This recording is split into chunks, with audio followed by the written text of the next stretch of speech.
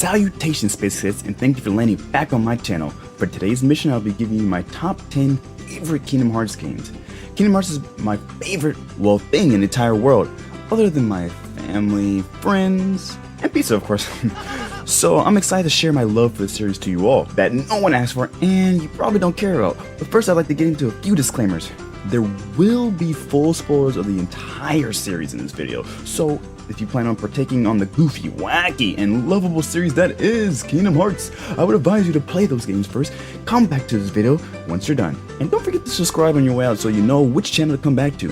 One more thing I'd like to mention is that this is some definitive list where each of these games sit in quality. This is my opinion, and the cool thing about opinions is that we all have them, and that they don't match, which is totally fine, and hopefully you're willing to stay and listen to mine. So I humbly ask of you, fellow Keyblade wielders, to put down your Keyblades and enjoy the video.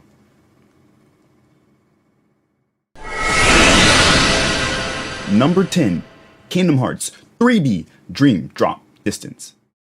So let me start this off by saying that this list was very hard to compile. Being my favorite series and being a hopeless fanboy caught in Nomura's gazing eye genjutsu, it makes it tough to rank the games that have added so much to my life and have truly shaped me into the person I am today. But if Mickey Mouse put a gun to my head and told me to rank the series, I'd put Kingdom Hearts Dream Drop Distance at number 10.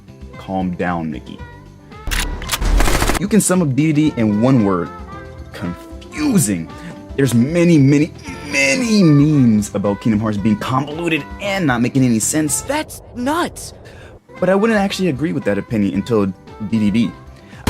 I feel like the series was easy enough to understand up until this point. If you truly invested in the series, you would have all the information you needed. It was all totally available in the games with the answer reports or the random things available throughout the world, or even just reading Jimmy's journal from his perspective adds a lot of context people claim that isn't in the game. But as for Dream Drop, I feel like I need to read all the Ultimanians, watch theory and explainer videos, and even fly to Japan myself and ask Nomura personally, what the heck did I just play and watch, bro? Whenever you add time travel to your story, it just messes things up. Even if your time travel system is actually good, it still rarely works, and this is no exception, and is the main reason why it's at the bottom. I love all the Kingdom Hearts games, but this is the closest I've become to straight up disliking one of the games. Other than the mobile games, which we won't talk about. Right off the bat, what turned me off from the game was that they went from swagalicious Kingdom Hearts 2 Sora to off-brand Kingdom Hearts 1 Sora. By all means, I love Kingdom Hearts 1 Sora, as you'll learn later on in this video, but you can't show me Kingdom Hearts 2 Sora and expect me to ever want anything else. It's like showing a country music stand K-pop for the first time and you expect them to ever go back to their old time road. It's just not possible. Then we get a boy band full of Xehanorts, Sora blacking out more than a sorority girl, and Sora being dumber than people who don't wear masks in 2020. Worlds were so bare and empty for the sake of flow motion, which I forgot I even had as a kid, and upon replaying it, found it was actually OP, though I still didn't use it even after that. Then the absolute disrespect Yen Sid showed Sora by naming Riku a Keyblade Master and not Sora. The same Keyblade Master that gets absolutely bodied by Anti-Aqua and has to have Sora save him. Like, how many times does a brother have to save the entire universe to get some respect in Yen Sid's stupid crooked tower, and his cracked out eyes stare into your soul as he sits there and does nothing for 6 games? Like, all Terra and Aqua has to do was smack around some black balls. Even my mom could do that. How do you think I was born? Sora helped save all the worlds again, and the only reason Sora didn't pass was because Xehanort did his usual 5-head thing and manipulated everything, which he's been doing long before Sora was around. Yen Sid had the nerve to punish Sora for not learning the power of waking after all that nonsense that transpired, when Yen Sid never even explained what the power of waking even was. Even after all that, there's still a few things I like though. I love the role ReChain was given and really showed how matured he was from that arrogant brat to this kind, dependable friend, master of both Keyblade and Light and Darkness. It's just unfortunate that it was at Sora's sake. I like most of the world choices as well, like expanded Traverse Town and meeting the World Ends With You characters, which might even have more relevance in the future of the series. We also have the Hunchback world. I'm not even going to try to pronounce that world name. I love the music in that world, even though I had never seen the actual movie. I can tell it's a bit dark for a Disney movie with Judge Frollo trying to commit genocide and all. And we also have the Grid, which I always loved the vibe in that world and the design, and how Tron just seemed like such a bro and an inspiration for Sora, even though I have no idea why Sora couldn't save him. When we have seen Sora jumping from skyscraper to skyscraper in Kingdom Hearts 2, we also have one of the best openings in the series in my opinion as well. Overall, DDD is a very controversial game to the community and to myself, and I hope after what I've said you can see why Kingdom Hearts Dream Drop Distance takes my number 10 spot. Number 9. Kingdom Hearts ReChain of Memories. I'm sure Kingdom Hearts fans that started the Kingdom Hearts series with the first game can understand when first playing through Chain of Memories for the first time when I was a kid, I absolutely hated it. I didn't play common until right before you play as Sora in Kingdom Hearts 2. I learned I missed a game and I decided to go back. At the time, big mistake. I was wondering what the heck they did with Sora's voice actor and why his voice was as deep as Morgan Freeman. Hello, mister. I was also curious to know why Sora pulled out his dual disc in the schoolyard and was challenging Organization 13 members for the lunch money and bragging rights, all the while sending them to the Shadow Realm as I'm replaying the events I literally just played in the previous game. As we later know in the series, this would become a common occurrence. Its saving grace for me was all the new characters that were introduced, mainly being Axel, who becomes one of my favorite characters in the series, and all the other characters that will eventually be known as Organization Rehash. What is this, Organization Rehash? I happen to play an important role. But after replaying it on my stream at twitch.tv/AgentXSpacely, where I went through the entire series again leading up to the release of Melody of Memory, I've come to like Chain of Memories a lot more. After seeing its importance and influence the rest of the series, and also now understanding the combat because of the experience of already playing it before, it really changed my opinion on it and actually became kind of fun once you knew how it worked. Of course, I'd still much prefer KH1, 2, and 3's combat, but combat was fun for what it was, especially Riku's combat in this game. It also had a pretty good story as well, seeing emotions we haven't seen from Sora as of yet, like true rage. His heart being manipulated and split in two all by one girl, yet still not holding against her because he knew that she too was being manipulated, and still seeing her as a friend through it all. It really was heartfelt. You can always count on our boy Sora. We also see pretty much the redemption of Riku as he tries to make amends and take control of his inner darkness while literally being haunted by the form of the spooky ghost Ansem. But despite that, he chose a new path, the road to dawn. Number 8. Kingdom Hearts 358 Days Over 2. To be honest, this game almost took my number 9 spot because of all the pointless missions there are, and the story were good enough to bump it up to the number 8 spot. By the time I got around playing this game, the remixes already came out and I already watched the HD cutscenes, so it wasn't necessarily my blind reaction when playing the game. I only knew 2 things about the game when going in. Beware the Leech Grave, and most of all, beware the ruler of the sky. Let me tell you something. They were right. Those bosses were the least amount of fun I've ever had in this series, and I already had to sit through 200 plus days of missions. Hear Demix yell, "Dance, water, dance!" on repeat, dying numerous times in KH2, and play through the mind-crushing experience that is DDD. Mind crush! There was no satisfaction when beating him, just anger as I plunged fiercely, because I had nothing to take my anger out on. But I will say, after learning more on why the game is what it is, I've come to appreciate it a little bit more, which seems to be part of the course for a few of the Cage games for me. After learning said information, did I like the game more? No, but I did understand why, and it made me appreciate it. The inner battle of Roxas trying to find his purpose and trying to be his own person and not be compared to someone else really struck home for me. Axel trying everything in his power to keep the few things in his life that gave him meaning. Seeing that hurt so much. Also, Xion wanting to be a real person, but slowly coming to the conclusion that her life wasn't hers and that she knew what needed to be done to set things right. Seeing all these events unfold truly made me see what friendship could really be. Growing with them, sharing memories with them that will stick with you for a lifetime. Even something as simple as sharing ice cream every day can really have a big impact on your life, and that drive to protect the things that matter to you most. This really opened my eyes as some loser high school kid and made me crave a connection like that. Then the Ruler of Sky happened and I hated the world once again. Screw you, world. As for gameplay, I enjoyed the panel system for it was. Completing a mission, you knew you'd come out just a teeny bit more powerful than you were in the previous one, all the while preparing you for the final battle, the tearjerkers, and seeing your progress finally pay off. For me, I love the way Roxas combos felt. It almost dipped into the Kingdom Hearts 2 pool. It had the potential to get there, with each Keyblade altering the gameplay just a bit and the panels adding effects and combos to them as well. I feel like if it was on an actual console and they expanded on it a bit more, it could be Kingdom Hearts 2 levels of hype in terms of combat. Bay's final mix coming when tomorrow? Question mark? Number 7, Kingdom Hearts Recoded. I would say my Recoded experience was pretty much great. I didn't get to play it on release because I had bad grades and kept fooling around in class, so my mom busted out the belt and was like, "Boy, if you don't get those grades up and stop acting like a fool, you're gonna learn today." Let me tell you, you don't want to challenge the belt. But I did get the chance to play it during my Kingdom Hearts marathon on stream at twitch.tv/AgentXSpacey, where I play Monday through Friday, 12 p.m. PST to 6 p.m. PST. Hope to see you there. Gotta hate that shameless plug bug. While playing Recoded, I actually noticed that I was having a really great time. I don't know if it was because I was playing on stream and had my chat with me, or all the different ways you can customize the gameplay to have your own unique experience.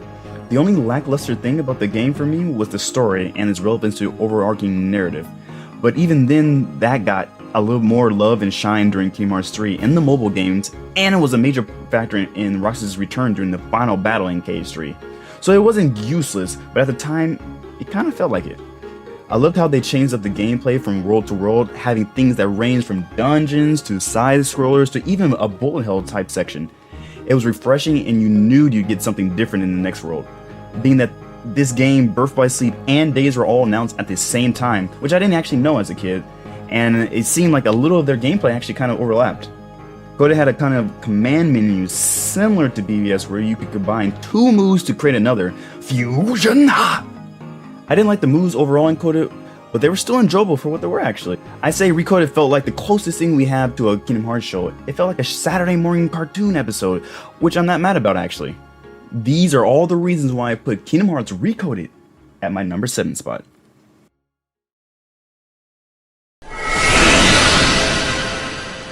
Number 6, Kingdom Hearts 0.2 Birth by Sleep, a fragmentary passage. 0.2 goes down in history for what I think is the longest Kingdom Hearts title of all time. And no, I don't mean in terms of the game's length, because actually it goes down for being the shortest Kingdom Hearts game. Originally meant to be for Kingdom Hearts 3, they felt like Kingdom Hearts 3 was already too large, so they decided to make it its own little experience and give us a taste of what Kingdom Hearts would be. Believe me, at the time, we were thirsting for the slightest taste of the sweet Kingdom Hearts 3 pie. Oh, give it to me, please. And I say it delivered. For me, it blew me away and skyrocketed my hype for Kingdom Hearts 3. If this is what we can expect from the game, then we were in for a treat, baby. Little did we know, Kingdom Hearts 3 pre-Remind could have used this, and I feel like they should have kept it in.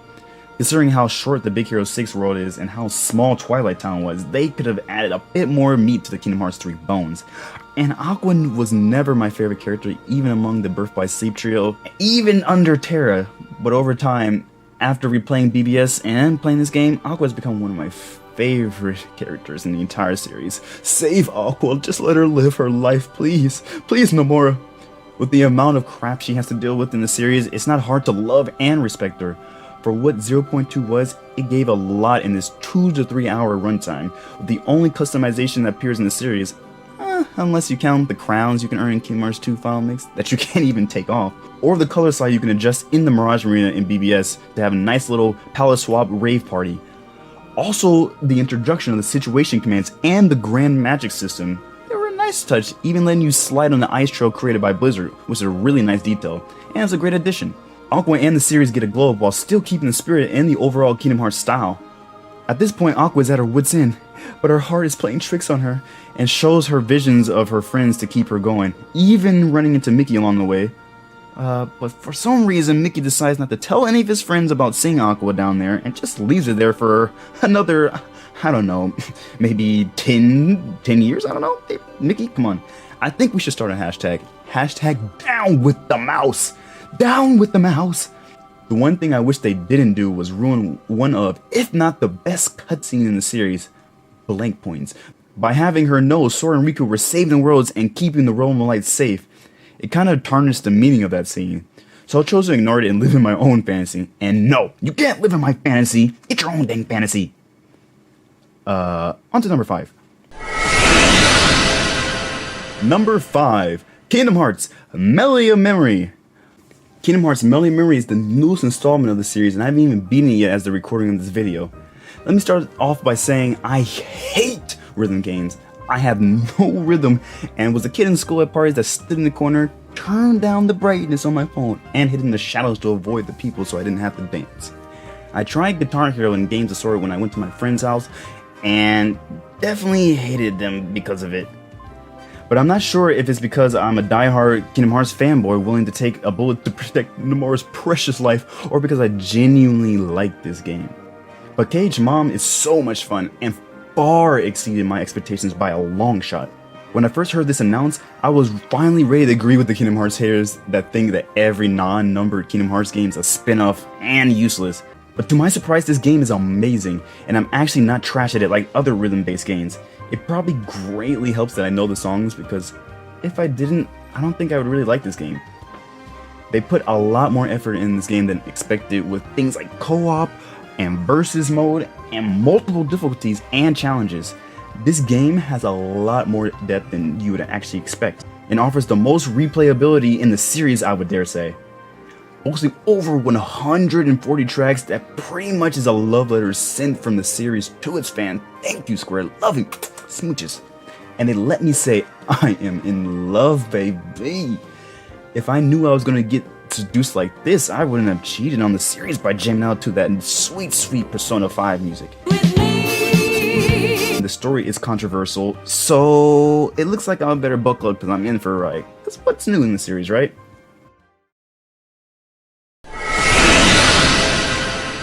Number 4, Kingdom Hearts Birth by Sleep Final Mix. Man, games like these are the reason why I'm such a big Kingdom Hearts fan. Though I didn't care for the command menu, and after coming off of Kingdom Hearts 2 combat, it still added the depth of the combat of the series and a unique experience at the time, and influenced a lot of the combat in the future of the series. But dear lord, my love for the game's story is bigger than Sora's shoes, and that's kind of hard to beat. With the addition of the Mirage Arena in the original version of the game, it gave you just a taste of what a Kingdom Hearts MMO could be like, and gave you a chance to battle with your friends and take on a wave of Unburst together.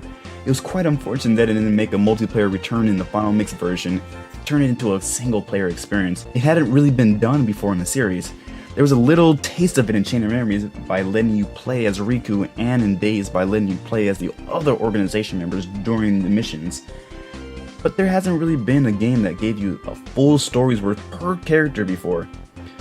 Oh boy, the tragedy of Terra, Aqua, and Venface by the end of the game still hurts to this day. My heart, Aqua! The sheer amount of struggle they went through is heartbreaking. After completing one of their stories and seeing their path intersect from time to time with the other two stories, and knowing where they all end up makes you dread even going to the next person's story, because you know it'll hurt and you'll see all those precious characters be lost to darkness. I think this was Xehanort's best performance in the series and was really our first introduction to him. He's created so much ruin for our favorite characters over 10 years in the games and in real life. Sora hadn't really met him until Kingdom Hearts 3 because he was, busy being unconscious during DDD. Oh, we love DDD, right? When Xehanort was still there. It's crazy to think that our main protagonist hadn't even met the main villain for over 8 games, yet still all of his problems stem from this one man. His and Vanitas' dynamic was truly a treat, and always added some type of emotion whenever he appeared on screen, whether it was rage, sorrow, or just a good laugh. Birth by Sleep added so much to the Kingdom Hearts story and lore, and is still one of, if not the most important games in the series, and gave us my favorite scene in the series before 0.2 ruined it, which is blank points. And let me tell you, I cried harder than watching the ending of The Notebook. It was so good. Aqua wandering around the realm of darkness for a little over 10 years, about to lose hope, and gets the little push she needs after hearing of a boy that's going around keeping the realm of light safe. A boy who just by being himself will save everyone in need and bring light to every single person he comes in contact with. Aqua's tears after hearing her boy Sora's name and saying his name out loud as it gave her hope just wrecked me inside and made me want to sue Nomura for giving me this emotional damage. Through this game, I learned what it meant to protect the things that matter. For this and many more reasons is why Kingdom Hearts Birth by Sleep takes my number 4 spot. Number 3, Kingdom Hearts Final Mix. Now, if it wasn't already tough to rank all the Kingdom Hearts games, now it feels impossible to choose where they go. At the different points in time, the 3 all had the number 1 spot for me.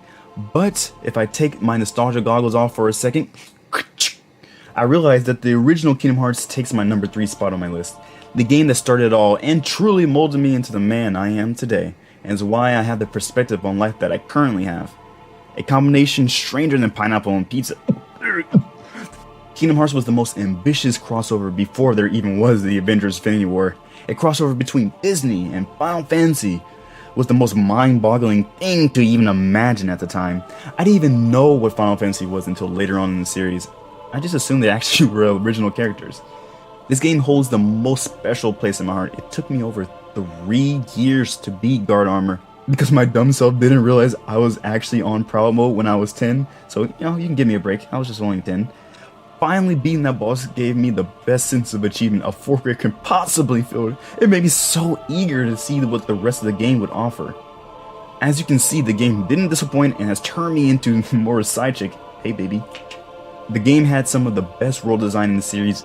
Each world had so much to see in them and felt like a real world even despite not having NPCs because of hardware limitations. From standing on the scale in Traverse Town and seeing the needle move just a tiny bit to register Sora's weight, to Sabor in Deep Jungle making holes in the treehouse that stay for the rest of the game. These little details add so much to the game and makes you want to explore every nook and cranny of the game. The game also had the best Coliseum in the series in my opinion, and I wish that format would make a return. It really felt like you were in a tournament and rising up the ranks. I remember the struggle of trying to overcome every boss in the game, especially since back then you couldn't skip cutscenes and had to rewatch cutscenes if you died. You don't want to know how many times I had to hear Sora yell, "There's no way I'm letting you take Kyrie's heart!" There's no way you're taking Kyrie's heart! The Final Mix version for sure added a lot of quality and life improvements, but also for some reason made getting the ultimate weapon even more of a pain in the butt. Yikes! Kingdom Hearts was so dark and mysterious back then and really made you feel like you were in Sora's oversized shoes. Going through each world made you actually feel like you were going on a journey with your best pal and gaining so many new experiences along the way. The reason why this game doesn't rank higher after taking off my nostalgia goggles is because of the combat after revisiting the game and seeing games like Cage 2 and 3 and the heights those games took the combat. I can't place it higher.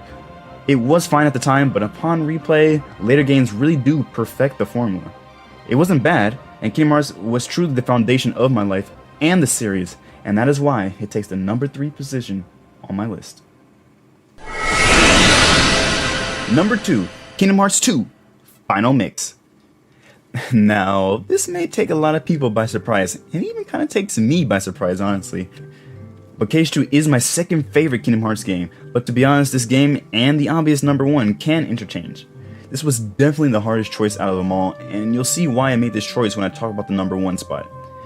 Kingdom Hearts 2 leveled up the series in almost every single way possible. The story was popping off, introducing some of the most beloved characters in the series.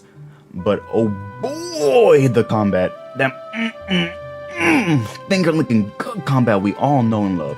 It was such a vast improvement from the first game. It was shocking that it came out on the same console as the first game.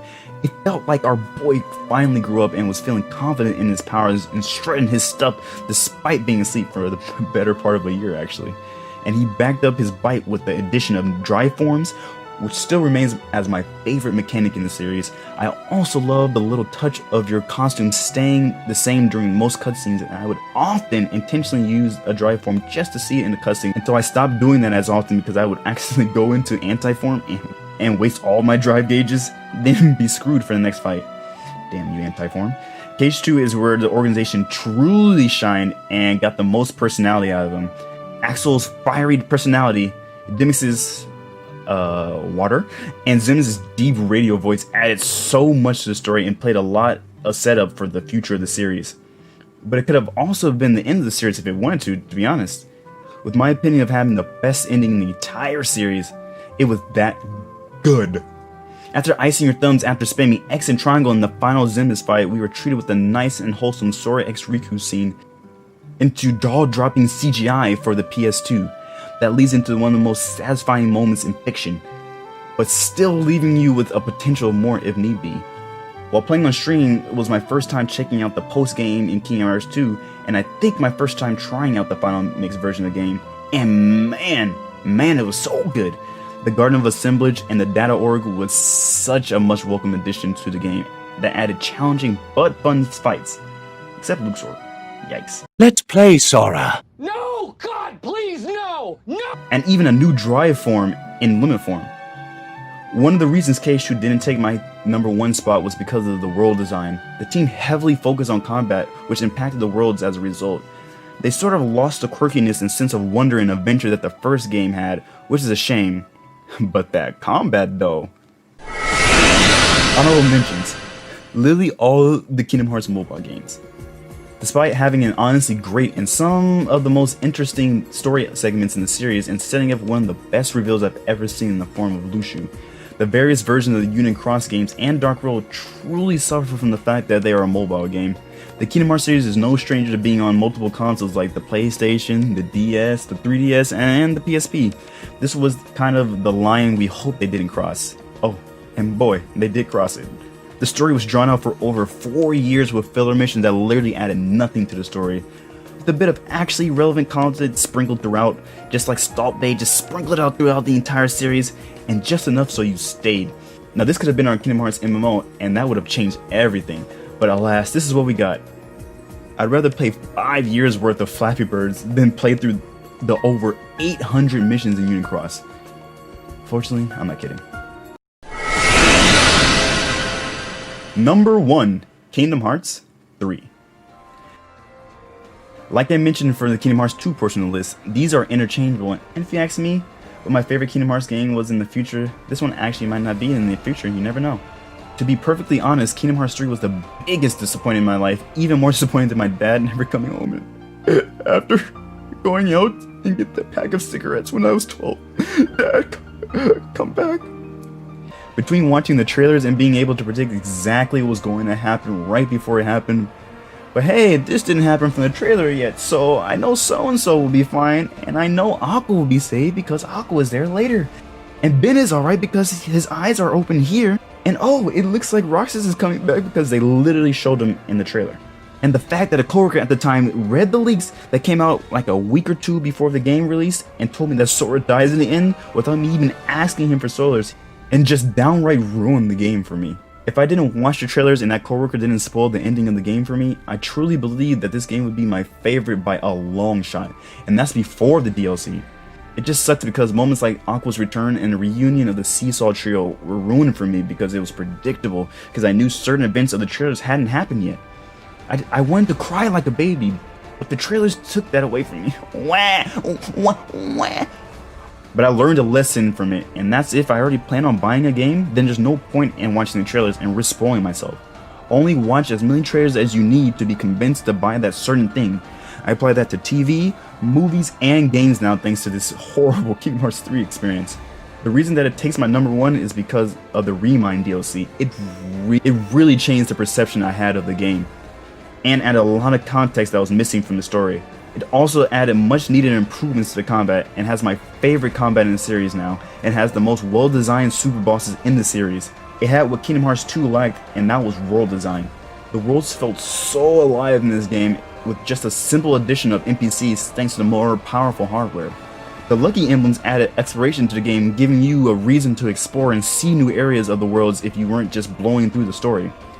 I do wish some of the worlds were even bigger and expanded upon, but honestly I think they were hitting a deadline and couldn't fit it all. Twilight Town and San Francisco were way too small and short, which is strangely the reason me and my ex broke up. I still don't know what she meant by that to this day, maybe you guys can tell me down below. This game gave me some of my favorite worlds in the series, like Olympus and the Tangle World. Sorry, I can't say the actual name right now because I might get demonetized. I'm already walking on the edge over that edgy joke I just made earlier. They got rid of the JPEG static faces and the game is fully voiced, which is my biggest nitpick of the series. I hated the text bubble and the JPEG face movements. After the ReChain DLC, the situation commands could be toggled to be less spammy and let you customize your adventure with the easy and pro codes, giving you a similar freedom like Recoded. You could even turn off the traction flow, which was fun at the beginning and for the first playthrough, but it quickly became annoying. I'd say pre-ReChain, this game was dipping a bit into the confusing territory, more time travel, and no one knows what the power of waking is really, and that's including the characters themselves. But luckily, the DLC tries to add a bit more clarification, though it's still a tad bit confusing. But man, that Lucia reveal was my favorite single cutscene in the entire series, even beating out Blink Points. At the time, the secret ending was not in the game, and they planned to release it about a week or so after the release worldwide to prevent anyone from getting spoiled and giving people the chance to finish the game since Japan had got the game first.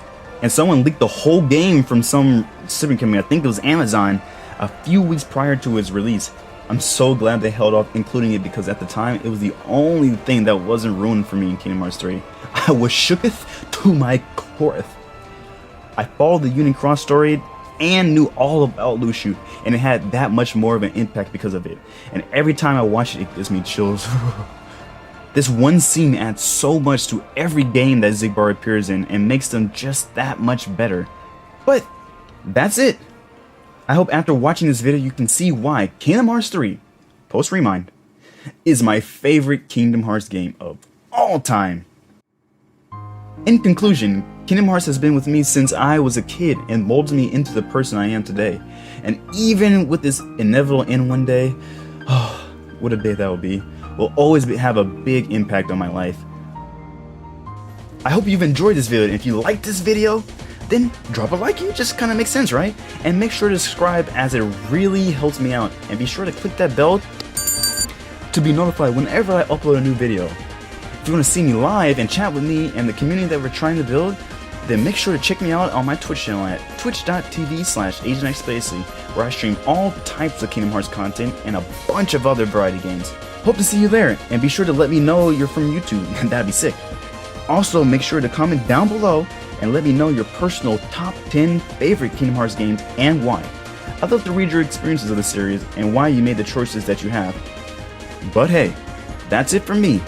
I'll be blasting off, and I'll see you soon, Space Cadets.